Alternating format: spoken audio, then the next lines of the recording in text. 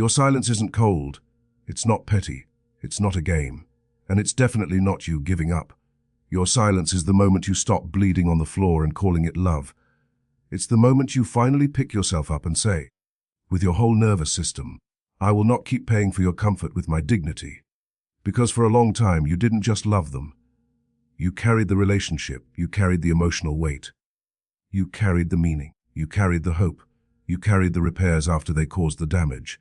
And the more you carried, the more they got used to you being the stable one while they stayed emotionally optional. So when you go silent, the power shifts, not because you're trying to punish them, but because you're refusing to punish yourself anymore. You have to understand what your voice used to represent in this dynamic. Your messages were reassurance. Your explanations were a cushion for their guilt. Your tears were a way for them to simplify the story and paint you as too much. Your chasing was proof that they could pull away and still remain the center of your emotional universe. You might not have realized it, but your constant caring was a kind of emotional infrastructure they leaned on, even while pretending they didn't need it. It kept the door open. It kept the illusion alive. It kept them comfortable inside a connection they weren't fully showing up for.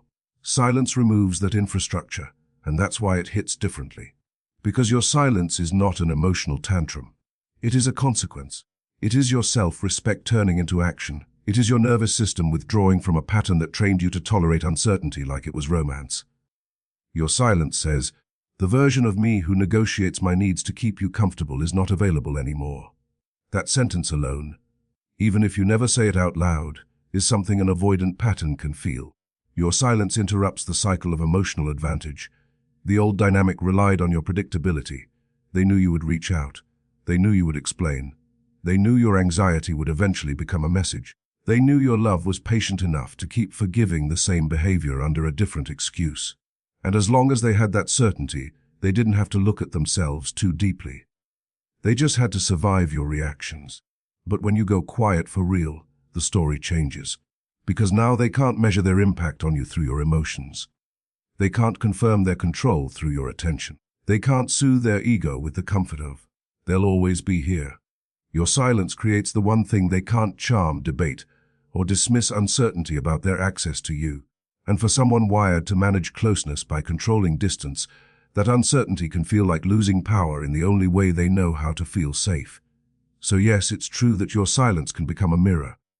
Not because you're trying to teach them a lesson, but because distance does what arguments couldn't. When you argued, they could blame your tone. When you cried, they could label you intense. When you explained your needs, they could call it pressure. But when you go silent with dignity, they're left with a question that points straight back to their behavior. Why did a good person stop trying? That question is uncomfortable. That question forces inventory. That question cracks the old narrative where you were the problem. Because a person who is truly unreasonable doesn't usually go quiet with peace. They go loud with chaos. So your calm detachment becomes evidence that you weren't trying to control them. You were trying to connect. And your silence is what happens when connection has been refused too many times. But here is the most important part for you. Your silence is not for them, it is for you. It is the moment you stop turning your love into a bargaining chip. The moment you stop using your emotional availability to buy basic security. The moment you stop sacrificing your mental health to prove you're loyal enough to be chosen. Your silence protects you from the spiral. It protects you from the familiar temptation to over-explain your pain to someone who has already shown you what they do with it.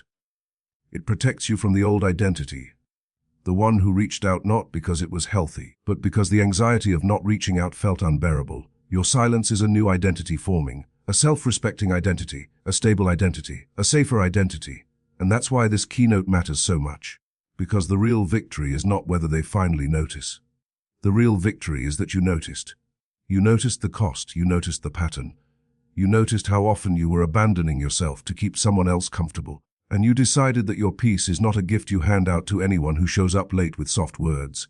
So if your silence feels heavy right now, don't misread it as weakness.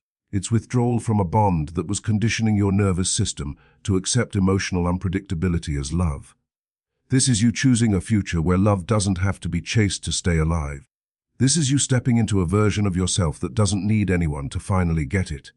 In order to be free, you need to understand why arguments almost never work with an avoidant pattern, And it's not because your feelings are wrong. It's because the dynamic is built to convert your emotions into noise the moment they feel pressure.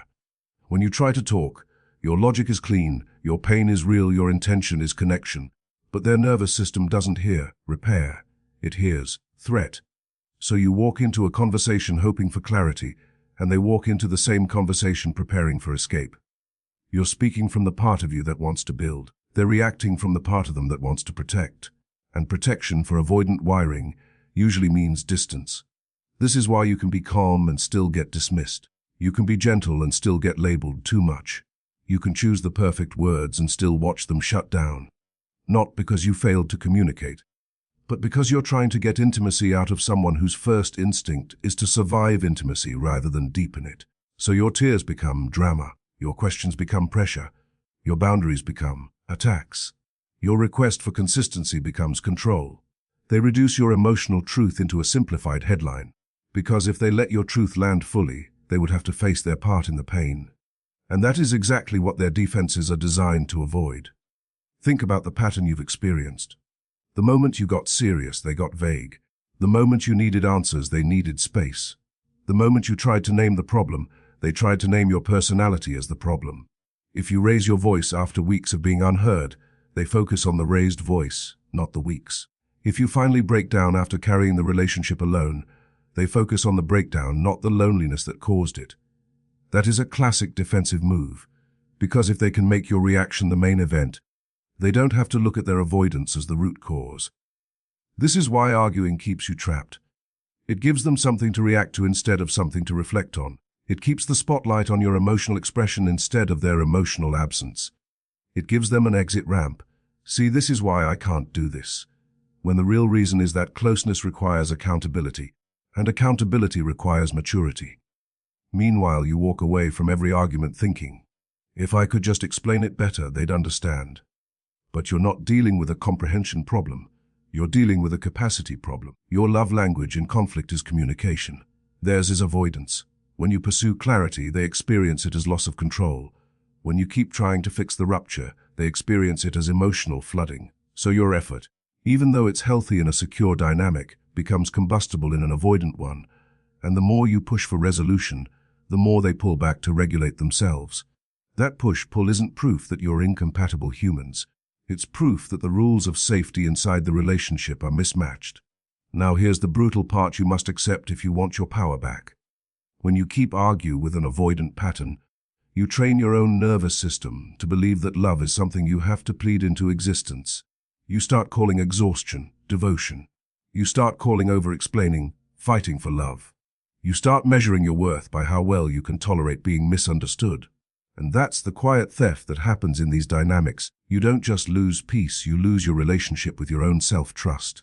This is why silence is so disruptive to the pattern.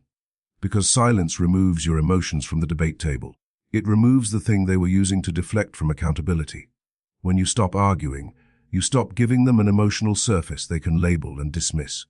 When you stop pleading, you remove the illusion that the dynamic is still negotiable. When you stop explaining, you remove their ability to hide behind confusion. Silence is not magical because it manipulates them. Silence is powerful because it restores the natural consequence of their behavior. Your silence says what 1,000 perfect speeches couldn't. It says, I'm not participating in a system where my needs get rebranded as my flaws. It says, I'm no longer trying to prove my humanity to someone who benefits from minimizing it. It says, I'm not here to audition for basic care. And that is the moment the avoidant pattern loses its favorite tool, turning your emotional truth into the reason they can't show up. If they were truly secure and ready, your needs would not scare them. Your feelings would not be too much. Your desire for consistency would not be viewed as an inconvenience. A healthy partner doesn't need you to become less human to become more lovable. So when you recognize that arguing keeps you trapped inside their defenses, you stop making your pain a performance. You stop handing them the microphone to narrate your emotions as the problem. You step out of the courtroom and into your own peace. Because the real shift isn't that silence will always make them reflect. The real shift is that silence stops you from staying in a loop where your love is constantly trying to outwork someone else's fear. The ego crack moment is the exact point where their internal story collapses. The story that kept them comfortable while you were hurting. The story that said, they'll be back. They always come around. They're just emotional. They can't really leave me. Because that story wasn't just optimism. It was a form of emotional control. It allowed them to keep doing the minimum while secretly relying on the maximum version of your loyalty. It let them treat your love like a renewable resource, not a sacred offering. And as long as you kept reacting, checking in, explaining, or even getting angry, their ego could keep that story alive, because any reaction still meant you were emotionally engaged, still orbiting them, still available enough for them to believe they hadn't truly lost you. But then your silence changes shape. It stops being a pause, it becomes a boundary.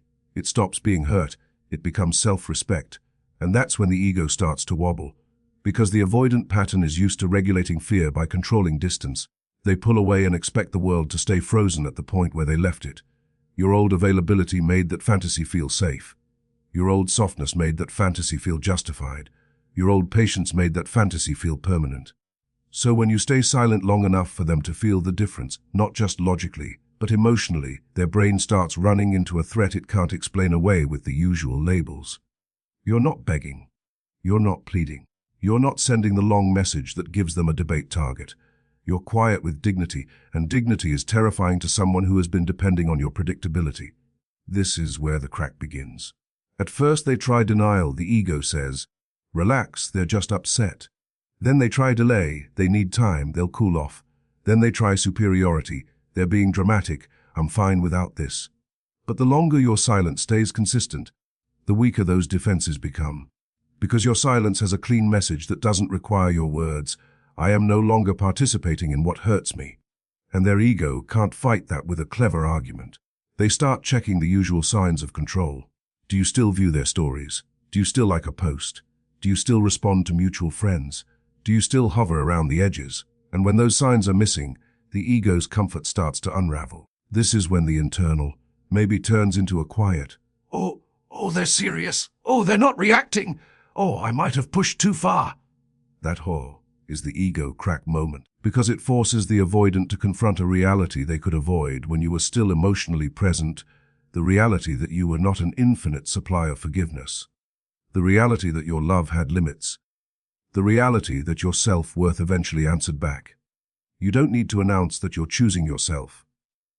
When you stop trying to prove your pain, when you stop explaining your needs to someone who kept minimizing them, when you stop offering access to someone who kept offering uncertainty, you become the evidence. And this is where their memory starts shifting. They remember your early gentleness. They remember the calm versions of your needs. They remember the chances you gave before you ever became tired. Because the ego crack isn't primarily about missing you romantically. It's about losing the advantage of a story where you were the problem. If you leave loudly, they can say, see, unstable. If you leave with chaos, they can see toxic. But when you leave quietly, the ego loses ammunition. And that's why your silence can feel like a psychological trapdoor under their feet. It doesn't give them a clean villain role to assign you. It doesn't give them the comfort of feeling morally superior. It leaves them alone with the simplest possibility of all, that their pattern contributed to your exit. Now, this is crucial for you to understand so you don't fall into false hope. An ego crack is not guaranteed growth. Sometimes it leads to self-awareness. Sometimes it leads to panic. Sometimes it leads to a last-minute attempt to regain control through vulnerability, jealousy triggers, or guilt reversal. That's why this moment is as much a test for you as it is for them. Because the avoidant may try to restore the old story by provoking a reaction, any reaction, warmth, anger, jealousy, confusion. Because if they can get you to emotionally move again, they can tell themselves, I still have access. Your job is to stay grounded in what this crack actually means. It means your silence is real. It means your standards are alive. It means you are no longer the person who can be kept in limbo with a few crumbs of attention. It means your self-respect has become predictable, and that is the kind of predictability that changes power dynamics. So if they reach out after this crack, if they suddenly act soft, curious, or reflective, you don't collapse into the old role that makes their ego comfortable. You don't hand them a full emotional reunion, because they finally noticed what your heart has been screaming for months. You let your silence evolve into the next level of strength, calm communication with conditions, slow pace, measurable consistency, because the ego crack moment is not the finish line, it's just the point where the illusion finally breaks and reality has room to speak. When the avoidant finally starts to feel the weight of your silence, the next phase can look like the miracle you've been waiting for. And that's exactly why it's dangerous. Because the moment they sense you're not chasing anymore, the ego story is cracking, the mirror is working, the consequence is landing, and suddenly they may reach out in a softer tone, a calmer message, a nostalgic memory, a late-night confession, or that deceptively casual, "Hey, I hope you're good." And your heart, because it's human, wants to believe this is the turning point. You want to believe your silence finally woke their love up. But here is the truth that protects your future. A reach out is not a rebuild. Awareness is not change, and a moment of tenderness is not proof of a stable tomorrow. This is the phase where your nervous system is most vulnerable to relapse. Because you have history with them. You have unfinished emotional threads. You have memories of the good version, the early version, the version you always believed was still inside them if you could just love them right. So when they show even a hint of emotional presence now, your brain can flood with hope like a drought finally meeting rain. But you must remember what you already lived. They have been capable of pulling you close before. The question isn't whether they can be warm for 3 days. The question is whether they can be consistent when closeness becomes normal again and responsibility returns. Many avoidants don't reappear because they have transformed. They reappear because they are uncomfortable. Your silence may have triggered reflection, yes, but it can also trigger fear of losing control, fear of being replaced, fear of being the one who got left. So the first instinct is often not mature love, it's emotional damage control. They want to check if they still matter to you. They want to see if the door is still unlocked. They want to feel your energy turn toward them again. Your reaction becomes their reassurance. If you answer fast, if you soften immediately, if you give a long emotional message, if you open the intimacy too soon, you might accidentally give them exactly what they need to feel stable, without requiring what you need to feel safe. This is why the comeback phase is often disguised as vulnerability. They may say the right words, they may admit fear, they may mention regret, they may suddenly explain their childhood wounds or their emotional confusion. And even if that emotion is real, it can still be incomplete. Because deep love is not proven by a confession, it is proven by a change in pattern. And this is where you must protect the version of you that is finally healing. You don't punish their honesty. You simply refuse to treat it as a shortcut back into your life. The biggest trap here is your empathy. You don't want to be unfair. You don't want to be cold. You don't want to dismiss someone who is finally trying. But your empathy needs a spine now. Because if they truly are seeing their toxic patterns, they will not demand immediate access as a reward for noticing. They will respect your pace. They will understand that your silence wasn't a game, it was survival. They will accept that rebuilding trust takes time, not one emotional night. The avoidant who is truly growing will not rush you, guilt you, or make your caution seem like cruelty. The avoidant who is only emotionally scared will want your softness instantly, then struggle to sustain it once the urgency fades. So how do you avoid falling back into the old loop without becoming harsh? You move slowly. You keep your standards clear. You let time carry the proof. You can acknowledge the message without reopening the full relationship. You can say, "I hear you." You can say, "I appreciate the honesty." You can also say, "I'm not rushing back into anything." Because a healthy reconnection should feel steady, not intoxicating. It should feel safe in ordinary moments, not only intense in reunion moments. You also watch for the subtle signs that tell you what this really is. Do they take responsibility without turning it into a pity performance?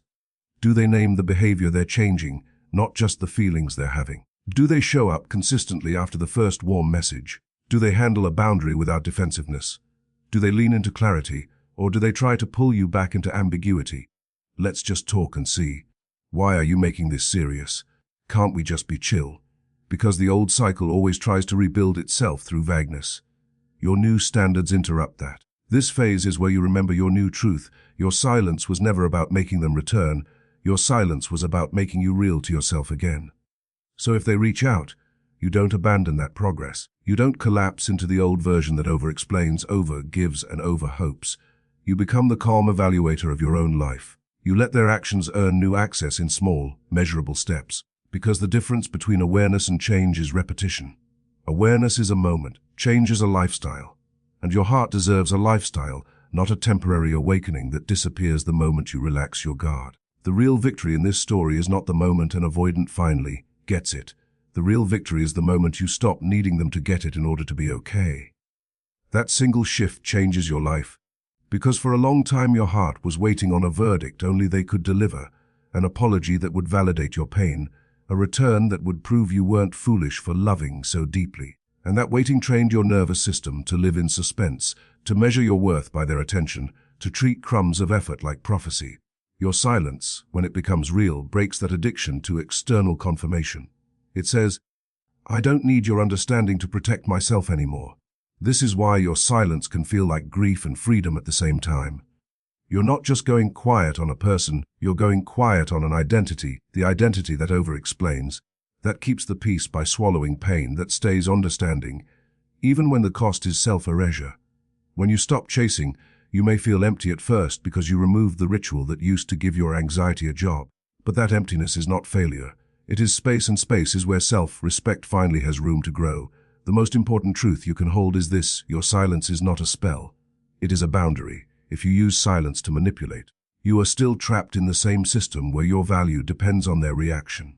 But if you use silence to heal, you step into a new system where your value depends on your standards. That's the difference between strategy and transformation. And here's the hard part for people who love fiercely: you might never get the closure you imagined. They might not apologize in the language you deserve. They might never fully name their patterns. But your peace was never supposed to be held hostage by someone else's emotional vocabulary. You deserve to move forward even if they stay avoidant. This is what ends self-abandonment. Because the true toxic loop wasn't only their push-pull. It was the way you kept deserting your own needs to keep the connection alive.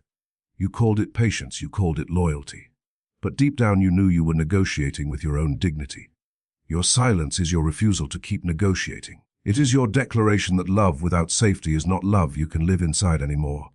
So when they sense your detachment and their ego starts to crack, when they test the waters, when they get vulnerable, when they try to pull you back with nostalgia, crisis, or guilt, you don't have to become cruel to stay free. You only have to become consistent with yourself. You can care about a person and still refuse the pattern. You can remember the good and still choose the boundary. That is emotional adulthood. You will also start to trust your body again. You'll notice how peace feels when you're not waiting for a text. You'll notice how your mind clears when you stop rehearsing conversations they never wanted to have. You'll feel your self-worth becoming less theoretical and more lived, because you're choosing yourself in real time, not just thinking about it. Because ultimately, this isn't only about an avoidant. It's about the moment you become unshakable. The moment you stop treating connection like a lottery ticket you have to keep scratching to see if love is real today. The moment you decide that consistency is not a luxury, it's your baseline. The moment you refuse to confuse longing with compatibility. The moment you realize that someone's fear is not a reason for you to live in uncertainty. So if you're in that silence now, let it be clean. Let it be the boundary that protects the version of you that is finally waking up. Not bitter, not hard, just clear. Clear that your love is strong. Clear that your standards are stronger. Clear that your life is no longer on pause for a person who only wakes up when they sense they're losing access. This is your real victory. You didn't just make them feel your absence. You finally made yourself feel your worth.